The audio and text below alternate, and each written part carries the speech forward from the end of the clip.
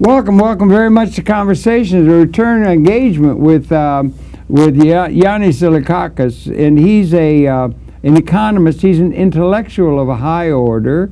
He is I think he's got a Ph.D. in physics. Physics, yes. And he's an intellectual, and he's also very much associated with the Georgist way of thinking on matters economic. And Yanni, so welcome so very much to Conversations. Very glad to be back, Harold. Great this is another program we've done with you. We want to go back over this a little bit, just go over your background a little bit. We've done it in the past, but you're Greek-born. Yes, and educated. Raised and educated. So talk a little bit about your early life and the physics. You're into the physics and so on. Then let's get to the economics and particularly the contributions of an understanding from what's called the Henry George School of Thinking, because you're in that bailiwick, as it were. But share your background, please. Yes. Again. Born and raised in Athens, Greece. My roots are from the island of Crete, from my father's side, the center of the Minoan civilization. Yeah. And actually the cradle of the Greek civilization. Minoan goes back how far? About 4000 BC. They got a long track record. Oh yeah, actually, writing was invented there with linear B is the earliest language that has been decoded. What language is it? It's called linear B. Linear B, I don't know. Yeah. B like the letter B? B, the letter B, and then there is linear A, which has been found in some tablets in Crete, the island where I have my paternal roots from.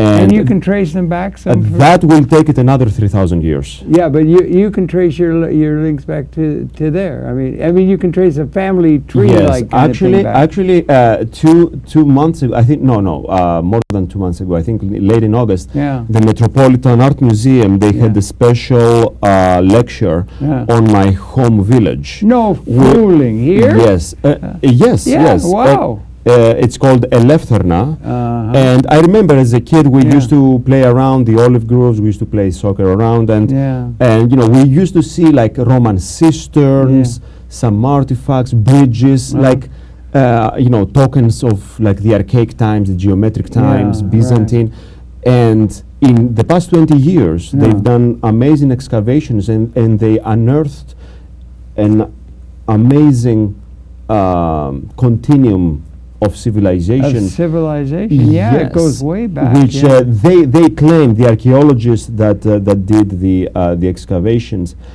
he claims that Elefterna, that city, will gain even more significance than Knossos. Wow. Knossos, Yes, wow, which is quite a statement to make. Is it Gnosis or Knossos? Knossos. It is Knossos. Okay, right. Yes, and so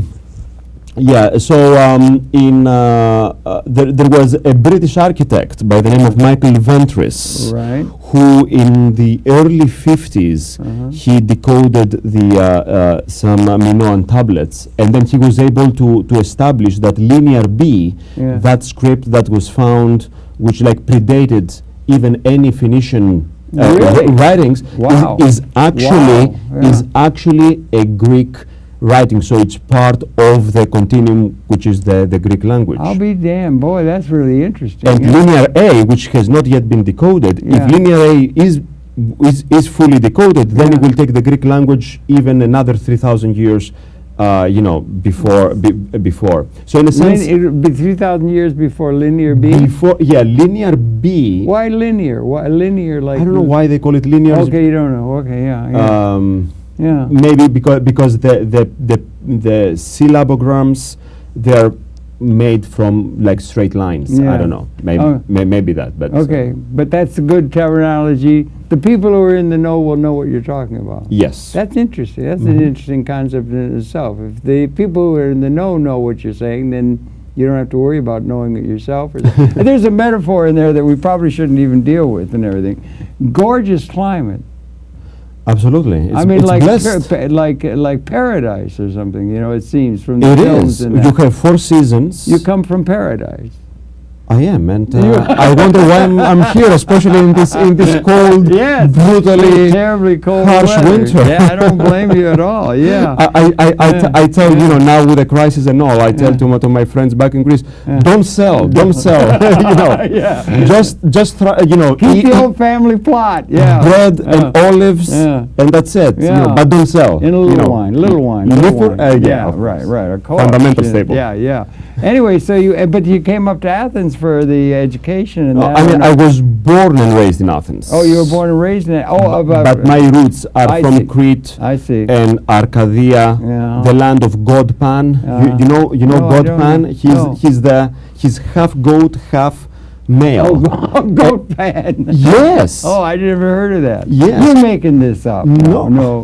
The Greeks were very vivid, imagination. Yeah. So the mythology, even the theology and the cosmogony of the Greeks is really fascinating. I was reading today a book by Jung, Carl Jung, investigating like all the underpinnings and the connections in Greek mythology and how those concepts have translated into the tragedies, philosophy, and then Christianity adopted similar paradigms. Actually, this is the stuff that Peter Joseph touches upon on Zeitgeist the Addendum. Oh, really? He talks about how the Jesus story was like basically it's inspired by the story of Dionysus. Dionysus. Yeah. He was the god of wine. Wine, yeah, in ancient Greece, and he was a demigod. He sacrificed himself, to save the humans. Like so, there are many parallels in conceptually. Yes. Is Bacchus also Greek? Bacchus, or is that Roman? No, Bacchus is also another nickname for Dionysus. Oh, is that what that is? Okay, yeah. But anyway, so you got that, and so let's get on to it, okay? Because you've got an interesting story, and you did do physics. When did you get the idea of doing physics? You did it in Athens, and share that because you have the PhD degree is in physics. In right? physics, yes. Yeah. I had basically I don't have a specific. Let's say I'm against division of labor. I'm against specialization. Good. I'm a proponent of a holistic approach and view of That's knowledge. why you would like the Zeitgeist movement. I think it is that way geared. Sure. Yeah. And in a sense, we are going back to that paradigm. I think we went past the division of labor kind of phase of humanity, and now we're going to go back where actually knowledge is going to get reintegrated again and rewoven into one fabric. Many different strands, science, philosophy, humanities, everything is woven back together. So you can no longer say, oh, I'm a physicist, but I don't care about humanities. Well, you have to. Well, they have to do it for practical reasons. They divided it all up.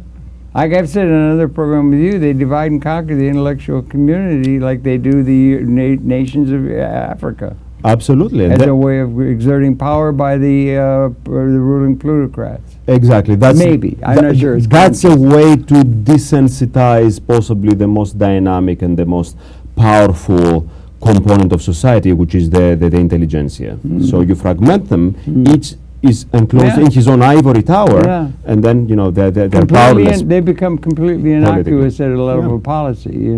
So that's an issue. So that's a roundabout way of talking about your physics. Exactly. So I went into physics because physics is the cornerstone of every science. Also, it's not mathematical, but it uses mathematics. I was going to ask about the math. It is theoretical, but it's fundamentally experimental. It's an excellent lab to test logical structures and theories. So how you construct models, how you build an incremental approach towards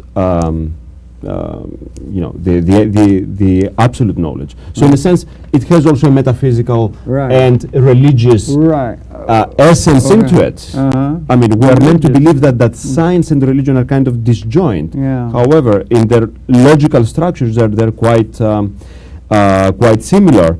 Science and religion. Yeah.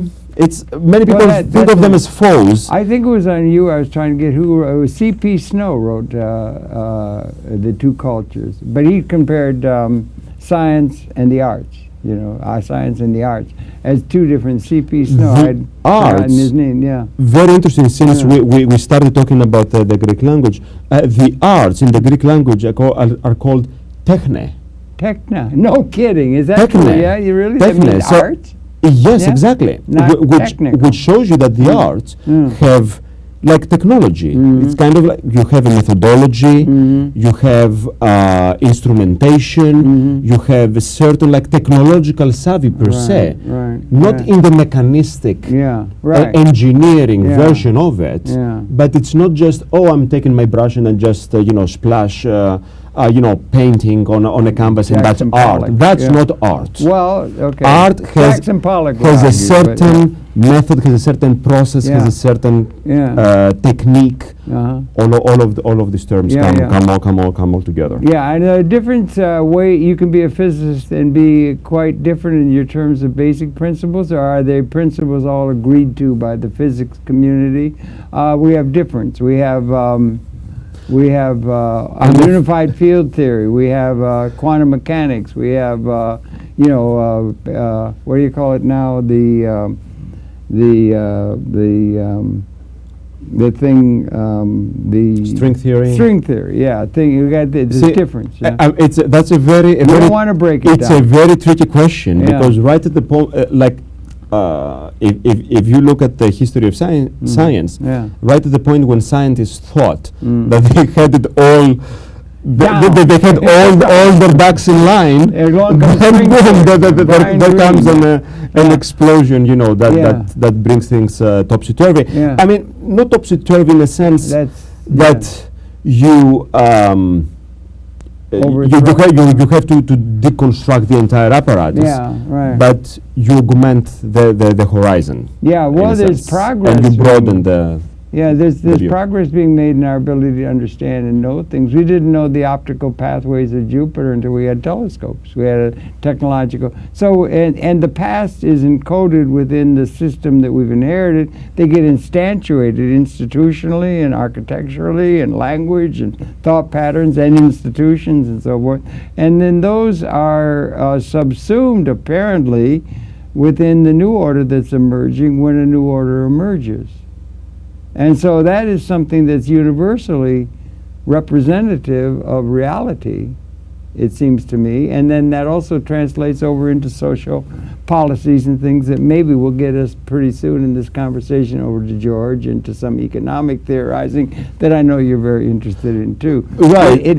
There's a tie-in between the physics and the reality as we understand. Economics, actually. Yeah, and economics. Yeah. Henry George, even though he was not a scientist himself, actually it's quite striking that Henry George, who arguably wrote the Bible of economics. Wealth and poverty?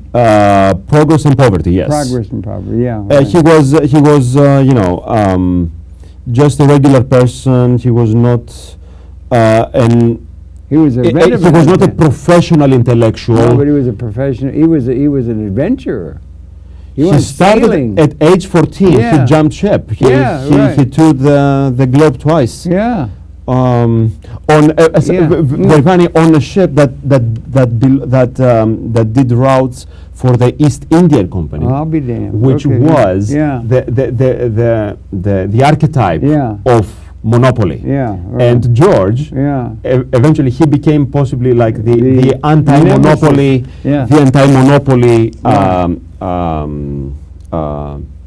theoretician and intellectual. Yeah. That's, I think, his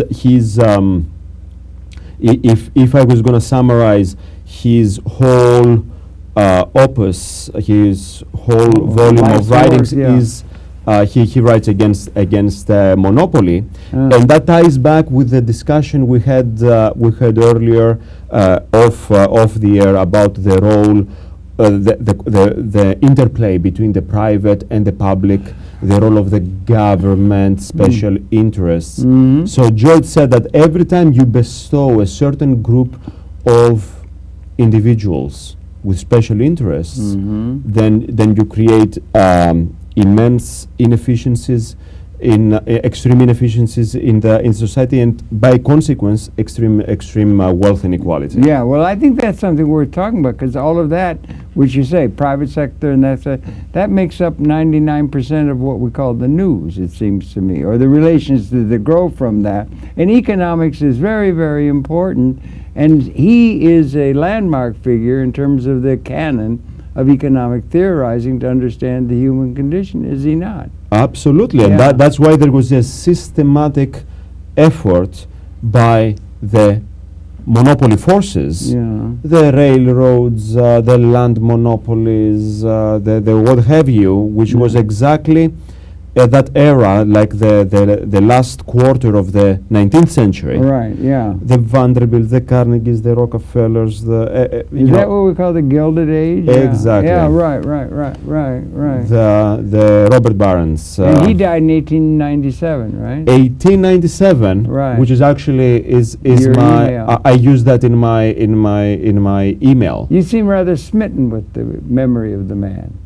Do you know the term smitten? Yes. Are you smitten with George? Oh no, you use that to a young lady, I think, really, or something. Smitten, yeah. That's the wrong smitten term. would be an understatement, because smitten would be that I'm driven by emotions, by instincts, while my affinity for George is more on is driven by logic. Yeah, right. and common sense. But this is just heartfelt and total. Of course, I mean, there is feedback. Now, how long have you been, you got this very, congratulations on getting through the physics and doing all of that, and you're obviously there, you did that over here in Urbana, I think, or something. Illinois, Illinois. But anyway, so you're obviously well equipped intellectually. How long have you been enamored or interested in economics, let's just say? Let's talk some economics, because you're a member of the Georgia School, and then also with George. How long? Has it always been you're interested in that? And is it tied in with your interest in politics? Because it seems to me economics and politics are joined at the hip. Yes. Okay. A very interesting question. Growing up as a physicist, physicists are notorious for trivializing any other discipline except theirs. Yeah. Even other branches of physics. Worse than mathematicians, I wonder. Yeah, but there's a lot of. Oh, go ahead. I'm sorry. Mathematicians. No. Physicists also trivialize mathematicians in the sense that they're tool makers. Yeah, right. but we actually do something useful with the tools. So physicists are notorious in that way. So also myself, I had that attitude too towards and especially economics, which I thought a very mundane kind of science. Even mathematically, it's like very unchallenging. I think a lot of people want economics to become a science. I think Milton Friedman would, and they'd like to do that, but I don't think it is they'd like it to be an exact science if they could.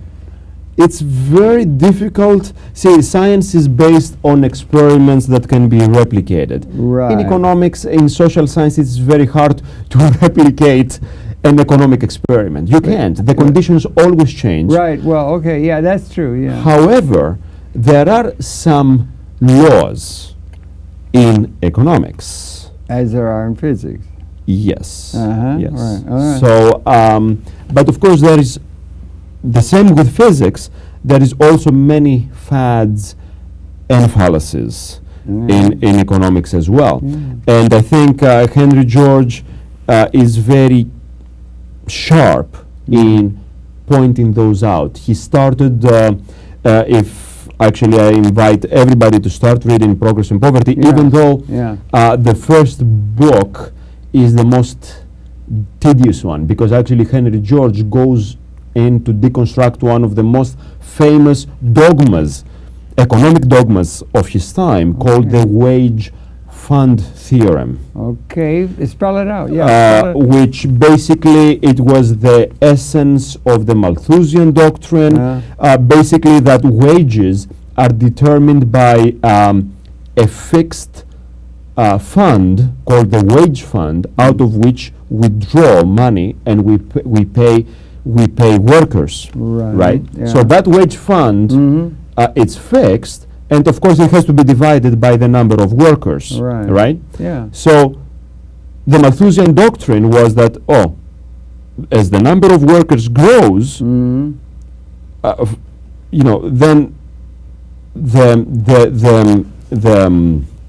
the dividend that they're going to get from the wage fund is going to have to go down. Yeah, right. So he says, wages are always going to diminish into subsistence, and there is nothing we can do about it. And in a sense, Henry George was the first economist to debunk this theorem. It is Malthus, right? I associate Malthus with saying population grows geometrically, exponentially, basically. Yeah. While subsistence grows arithmetically. Okay, that's with arithmetic ratio. You said axiomatic. No. Exponential is as geometric. Geometric, yes. In your thinking, right? Yes. Geometric means every time you multiply by a fixed number. So 2, then it's 4, then it's 8, then it's 16, 32. That's called the geometric ratio. Every step you multiply by a number. While arithmetic ratio is every step you add. So 2, the next step is 4. The next step is 6. The next step is 8. Right. But you see, by the time you reach 6, the geometric is already at 8, and by the time you are at 8, the geometric is at 16. By the time you are at 10, you are at 32. That's the basis of exponential. And you diverge. Of course, and there are a lot of things going exponential now. Certainly in the realm of computers and information technology and everything, it's growing exponential. It seems, and the term is being used very loosely for a lot of different kinds of changes that are coming. Right. I made one comment 3 years ago at the Left Forum.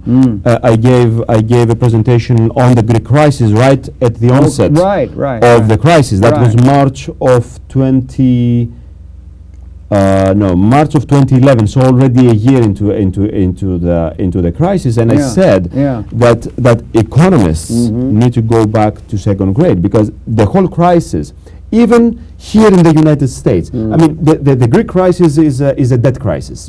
So basically, our debt, the debt of the Greek government, has outgrown, the capacity of the Greek economy to service the interest, interest payments.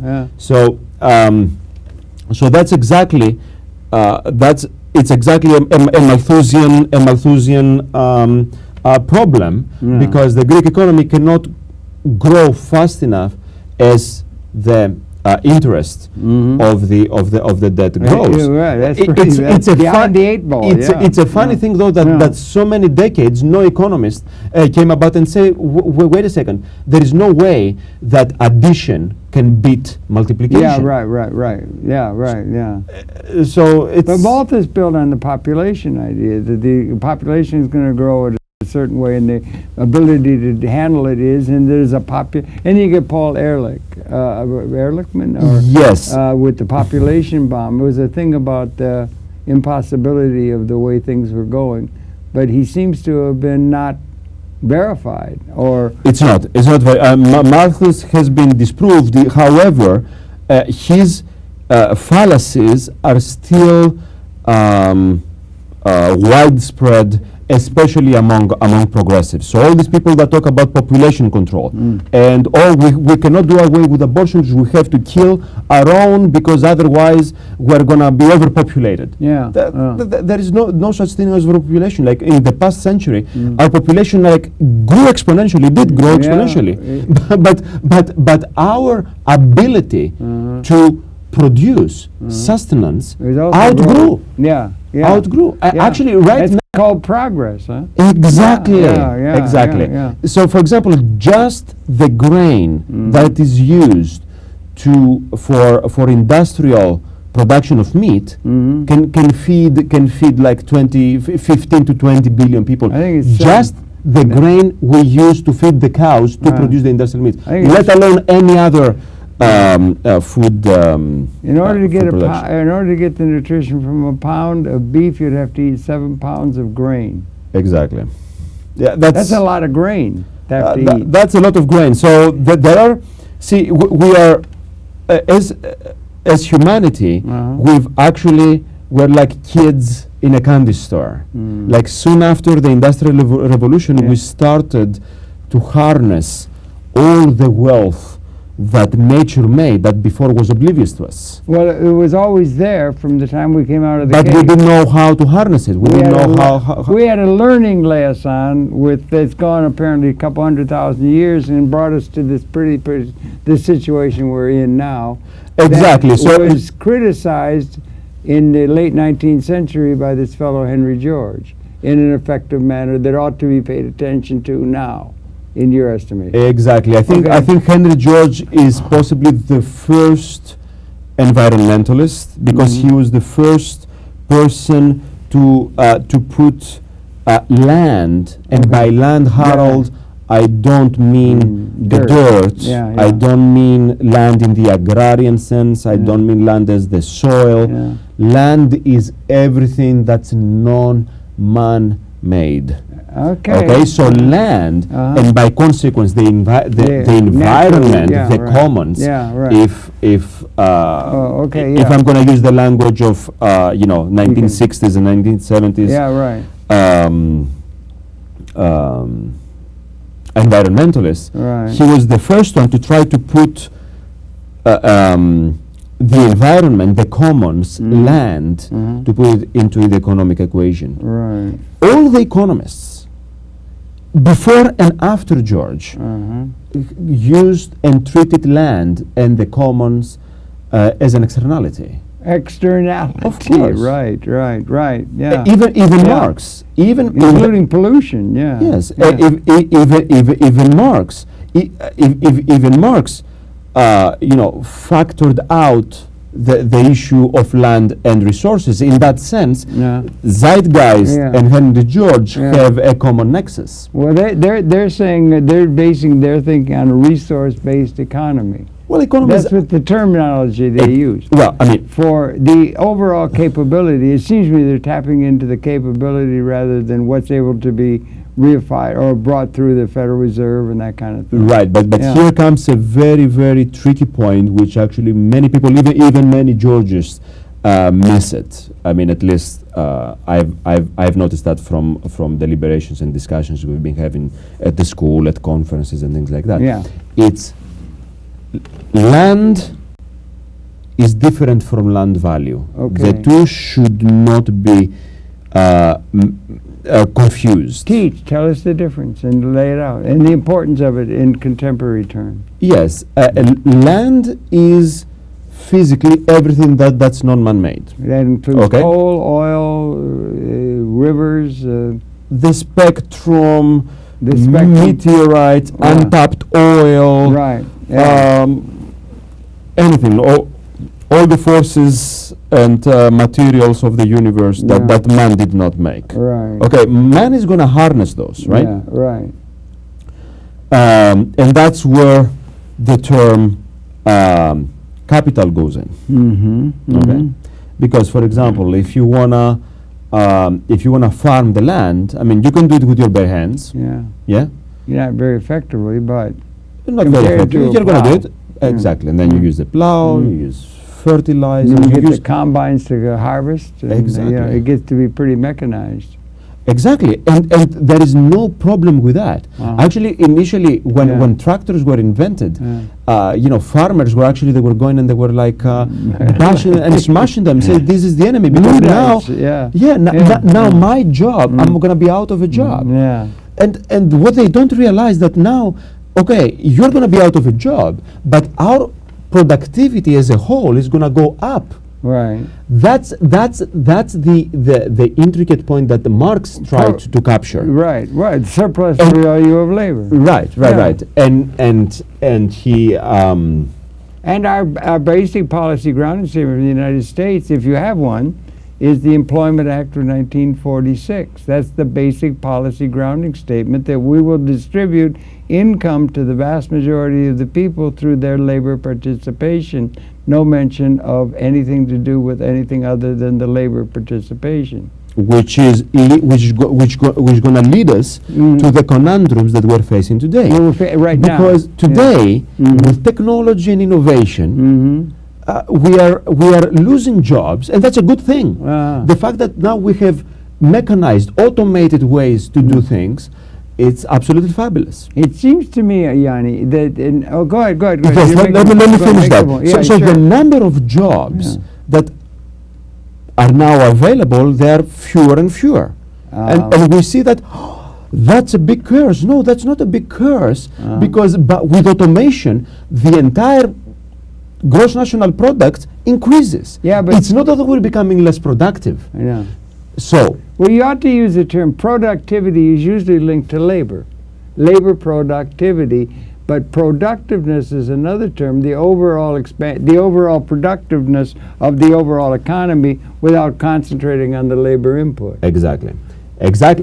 That's what we need and we don't have. Yeah, but for the vast majority of people. Exactly. So let they me have say no way to get money to buy what the automated system can produce. That's a problem. We are walking. Henry George gave a very beautiful image. He talks about the man that had to walk through a river to go get a cup of water. I don't understand. What you spread it out? Walk through. The man that has to walk through a river to go get a cup of water. You cross on the other side of the river?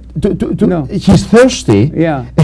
And he's crossing a river, but he's not allowed to drink from the river. Why not? Because of because of the monopoly.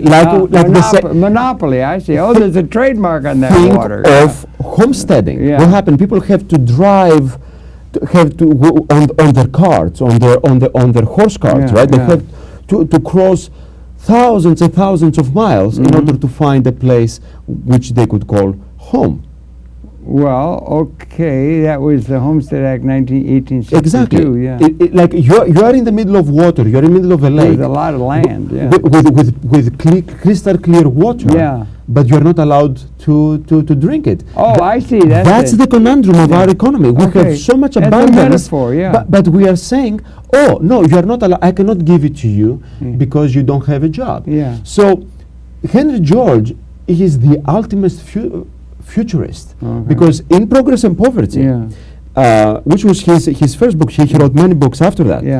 He says, okay, what will happen? He envisioned that when we'll become so advanced and so technologically progressed that everything that we are going to need, all our needs are going to be done with the push of a button by a machine. I believe that's happening with robotics now. Exactly. Right. So at that time, all the wealth pie, there is not going to be any piece of the pie that corresponds to labor, because there's going to be no labor input. Because their input is everything is going to be done by machine. With my thought, the machine that's coming. That's coming. Exactly. Yeah. So there is going to be no labor input and no capital input. So all the wealth pie is going to be rent. And yet what? So how are we going to distribute them? Right.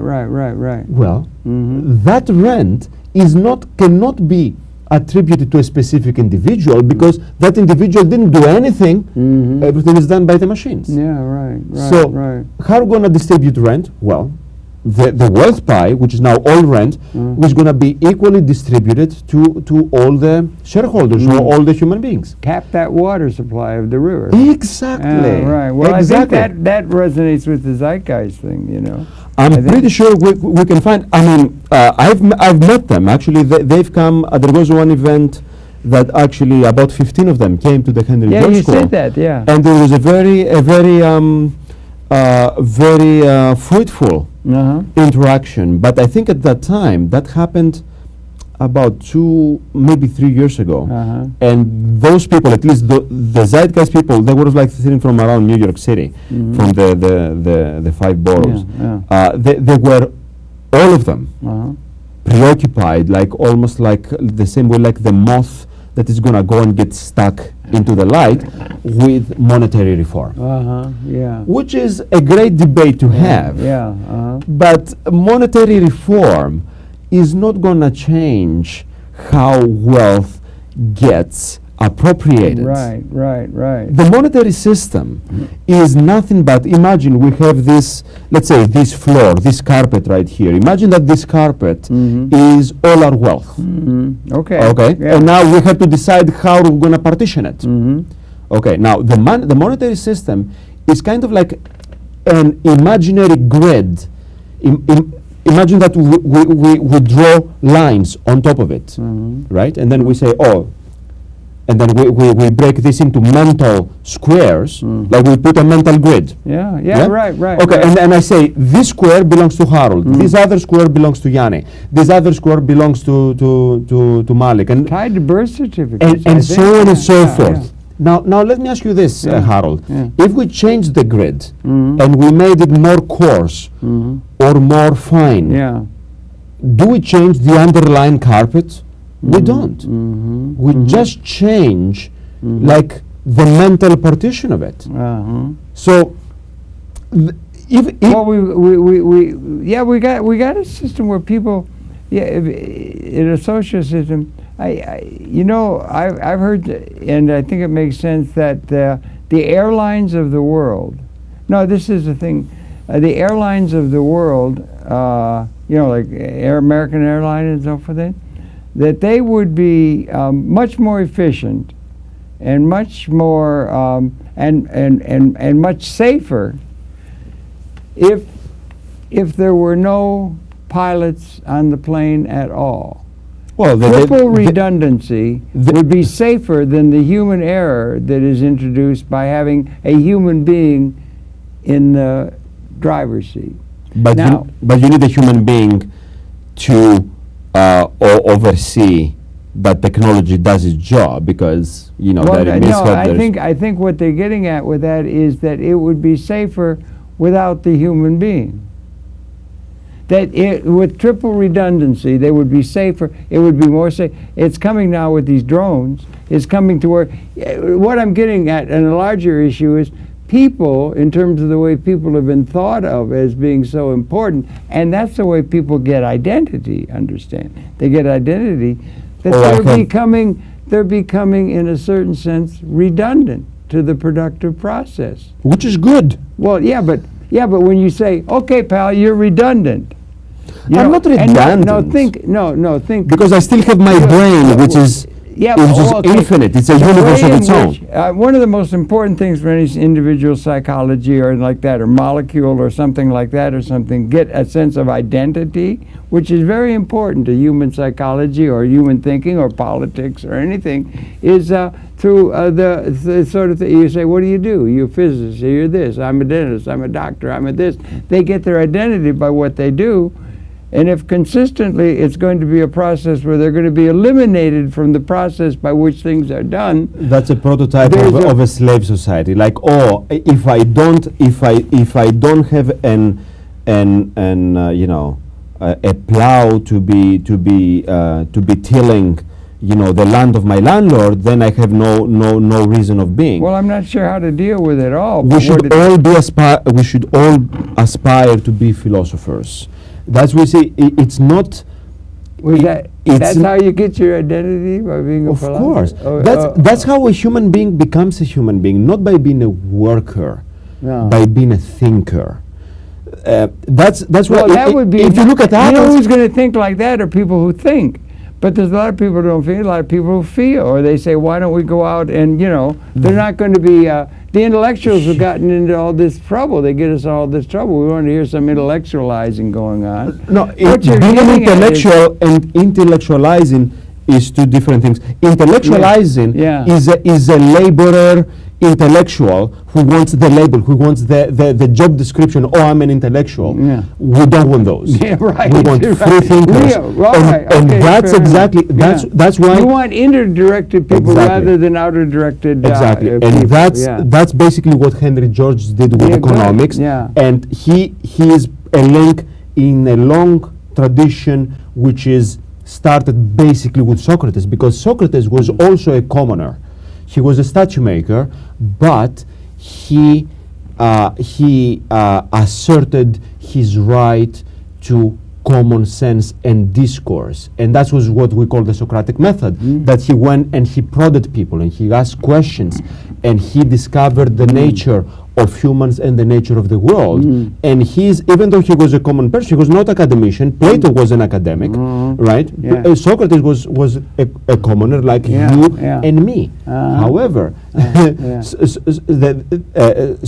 Socrates as a thinker is almost like infinite, and that's why he's a big example, and that's why we should. Henry George possibly, I don't know if he was aware of Socrates, or probably he was, because he was very well read, but that's the exact model that Henry George embraced. And if you read his books, he actually implements the same Socratic method. He asks questions.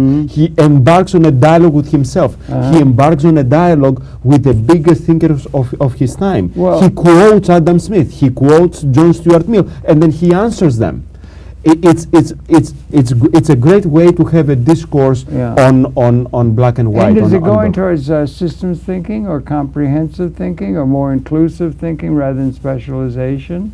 Of course, he's that's part of the autodidactic quality, and he says that you have the role of the economy is to enable each human being to realize their full potential. Exactly. If you got somebody who's playing a sax, you want them to play it the best they possibly can. Exactly. Wouldn't it be great if all of humanity was able to play their saxophone to That's the maximum, the philosopher, and realize their full potential? The philosopher in us. And by philosopher, again, remember the philosopher is the lover of all wisdom. That's true. So the philosopher is not the person that studies what the philosopher said. That's again the professional, the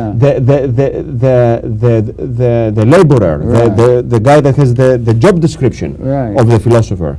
So that's what Henry George aspired to do, or to have happen. Of course, and his recipe for achieving that is to eliminate all kinds of monopoly, and monopoly means if I'm given a special privilege to earn, to collect without producing. Without producing. That's what the rent. That's the economic meaning of the term rent. I remember AT&T. I remember American Telephone and Telegraph had a telephone system they set up, and they did give service. And it was thought of as a monopoly because it was so important. Or you get over into utilities or into other things where they're producing, or Walmart with a tremendous supply chain doing something, and they're not just they're providing a service that is really valuable. They do. But, so I don't the term monopoly, and that's I'm very glad you're bringing it up, because that's also a point of confusion.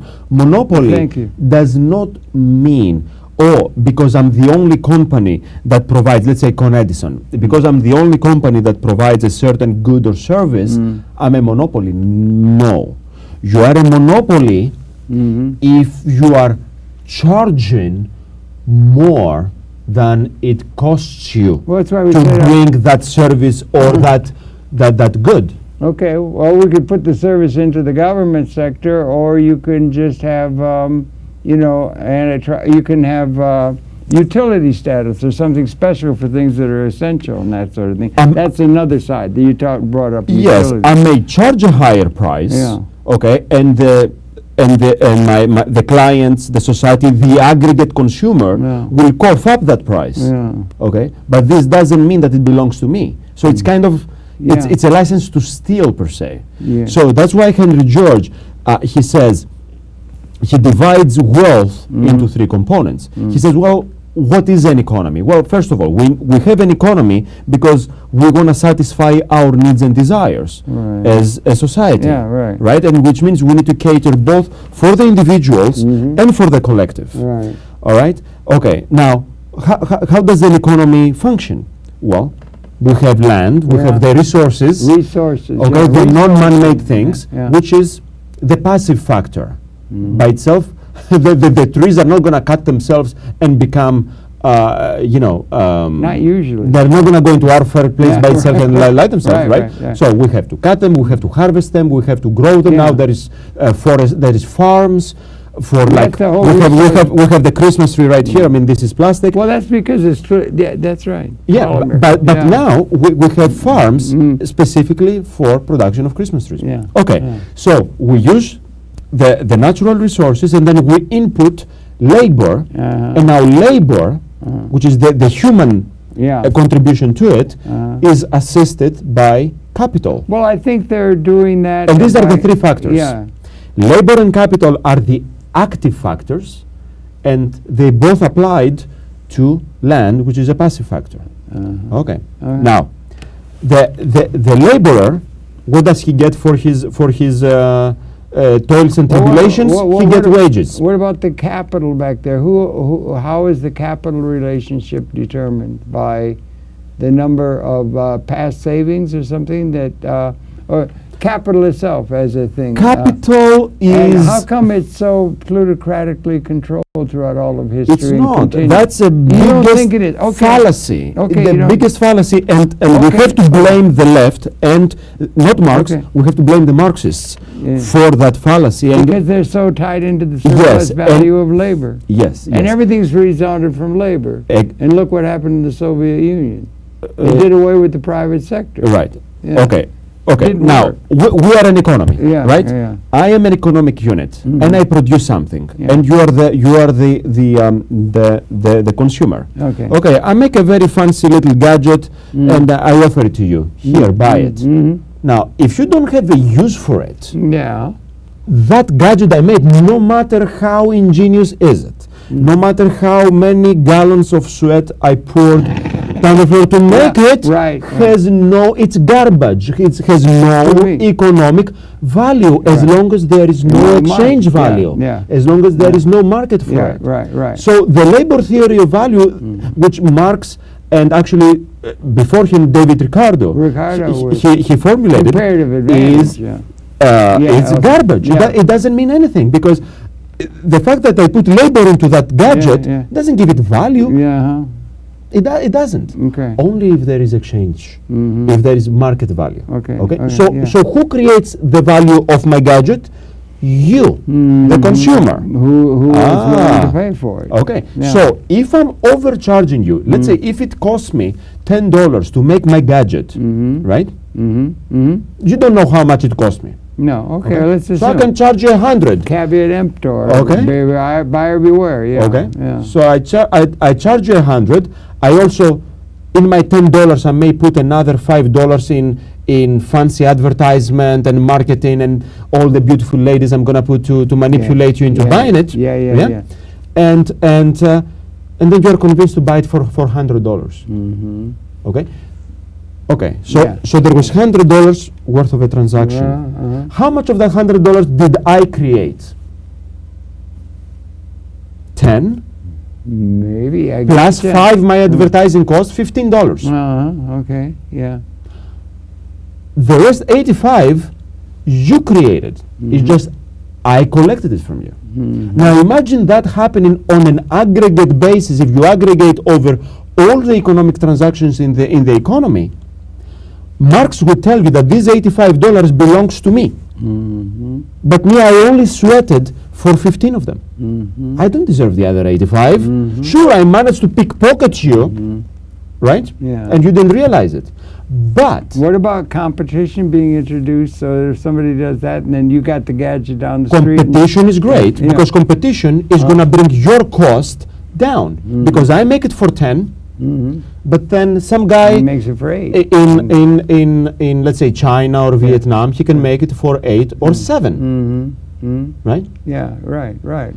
But if I'm granted the specific monopoly license, quote unquote, intellectual property, then go I on. manage to stymie that competition. Well, and is this characteristic of history, the idea of the patent or the idea of the... Money for nothing. It's called money for nothing. It's called collecting somebody- without certain. It's the good old feudal paradigm. Oh, well, feudal paradigm, or So- if somebody invents something, then it's going to be able to be, he puts a lot into it, he invents it, and then it's going to have a great benefit. Say streptokinase, it'll break up blood clots, save lives and everything. He invents that, and if somebody else can come along and just steal it, Tesla and not give was any, Tesla forced- isn't... Tesla was Electricity. forced to sell by J.P. Morgan, Yeah. I mean by Westinghouse. Yeah. But J.P. Morgan forced Westinghouse to force Tesla to sell all his magnificent patents on AC That's electricity right, yeah. for nothing. And Tesla said, for the benefit of getting this idea like accessible to the masses, I don't want any intellectual property. Yeah. And we started our discussion with the Greeks and the Greek language. Right. Our language, I notice often when I talk to you, it begins with something about Greece. well, it is. It is. I also teach Greek, and that's what I say to my students. I said, you guys speak English. English is nothing but a peasant dialect of cut Greek. it out. It is, and I'm developing an actuarial I'm model. from English background.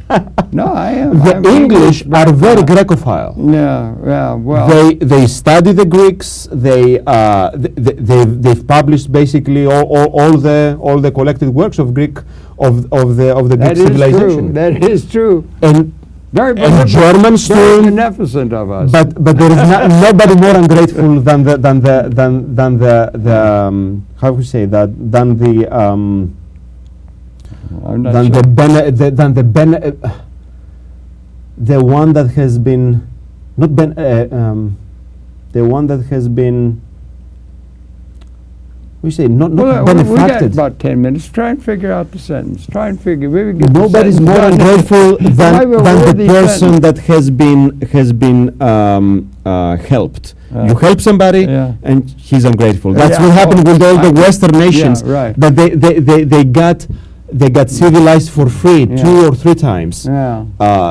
Go back to the Romans, go back to the Arabs, go back to the Renaissance, and what do they pay any intellectual property to Greece? No. And rightfully so. But I cannot accept that somebody will come and tell me, oh, I have my intellectual property when I'm a dwarf sitting on the shoulders of giants. Okay? I see. Because our civilization is incremental. Yeah. Okay, and it's built on prior knowledge. And what was it? Was it Bertrand Russell or God bless him. or no? Right. I think it was his mentor Alfred Lord Whitehead. Whitehead. Whitehead. That he said that all Western philosophy is nothing but a tiny footnote on Plato. However, who gives royalty You to will Plato get that in, won't or you? You will get that his going You will children? get that in. You But know, as a true Georgist, Yeah. I wouldn't advocate for intellectual for royalties for Greece. So to you get think from that. George is relevant to current policy decision making going on in terms of world economics, or how does it relate? He's getting. And what about the institution of private property ownership as opposed to public sector activity? What do you see the future? Very of good that? point, because that's where the libertarians lose the ball, because the libertarians and the, let's say, the extreme Republicans, they idolize property. Yeah. And they say, Well- oh, private property is sacrosanct. Sure, private property is sacrosanct, but you cannot call your private property what you did not make. Well, okay, go on. Yeah. And that's where Henry George puts everything into perspective. Okay? Back to All Latin, the right? improvements Yeah. you made on a specific piece of land are yours. Okay. But if you are charging more than the improvements you made, those surplus, this Marx called the share value, the surplus. George called it the economic rent. Well, if Marx calls surplus value, That does labor. not belong to the person that holds the title to the private, to that private property. A lot of property is owned that way. No, property can be owned. Yeah. That's the difference, what I said before, the Yeah. difference between land and land value. Okay. I can own land, that's fine, but land value does not belong to me because I don't create the land value. Land value is, which is called the rent, is what I'm charging more than it costs me to maintain and improve that land. Let me tell you this. You go to the Apple store, okay? You want to buy a fancy phone, okay? Yeah. It costs $400. Right. Most people, like sheep, they go in there and they get robbed blindly. You have to ask, how much did it cost Apple to make that iPhone? It didn't cost me more than like 50, 60 bucks. Well, they have all that the market will bear. Is Hold a on. product of marketing. Right now, we don't know we don't know what's in the price, what's in the 400 that Apple charges for the iPhone. We don't know what is it, and we go like cattle, and we cough it up, and Well, we pay if 400. we've been convinced that their services will be useful to Exactly. us. Yeah. No, if Apple told you, Harold, this iPhone cost me $50 to make. But if you want to get through the store to buy that $50 phone, you have to pay $350 entry fee. You would tell them to go. Jumping right. Yeah. Yes. Yeah. Yeah. And that's exactly.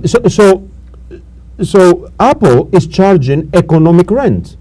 So they are charging $350 But if that they did not create. But if company Pear starts doing another thing that's going to have the same features and is open source, and you got the thing, you got competition, so that price would have to be bargained down within the market, right? Okay. Right. But if somebody has a piece of ownership of something as a way of distributing income, what about the idea that they could have ESOPs. ESOP? They're going Well, I'm in in favor Kelso. of that. Yeah. Well, Kelso is great because he talks about democracy in the economic unit, in the enterprise. But see, the value that enterprise, so in our example, right, the iPhone, We've Kelso, only got about a minute and a half yes, left. So Kelso, use haiku. yes, Kelso would argue how the $50, the production cost that Apple deserves to get for the iPhone would be split between the workers and the R&D and the CEOs and all that. That's what Kelso talks about, but Kelso does not talk about the other $350 that You had to pay to cross. exactly. Well, That's the economic rent that George talks about, and Kelso doesn't. These are issues that ought to be discussed. We've discussed them here. I thank you for elucidating all of that, and I thank you in the audience for viewing. It's been your pleasure as a procession of a person who understands Georgism very well and also understands things in a larger context. And Yanni, thank you so very much for coming in. Always a pleasure to talk to you. Give my best to everybody, Manzone and everybody over at this Georgia school. I will. And then we will be pursuing Mr. Kelso and so forth. They're going to play some programming around that this week, and you help contribute to that because the economic question is one that does affect us all. It does, absolutely. So thanks a lot for viewing. We'll be coming back again tomorrow. Thank you very much, Yanni, for coming in. Great pleasure as always. And in the audience, again, turn in tomorrow. We'll be coming back at the same time. Thanks a lot. Goodbye for now. We'll see you tomorrow again. Okay, that's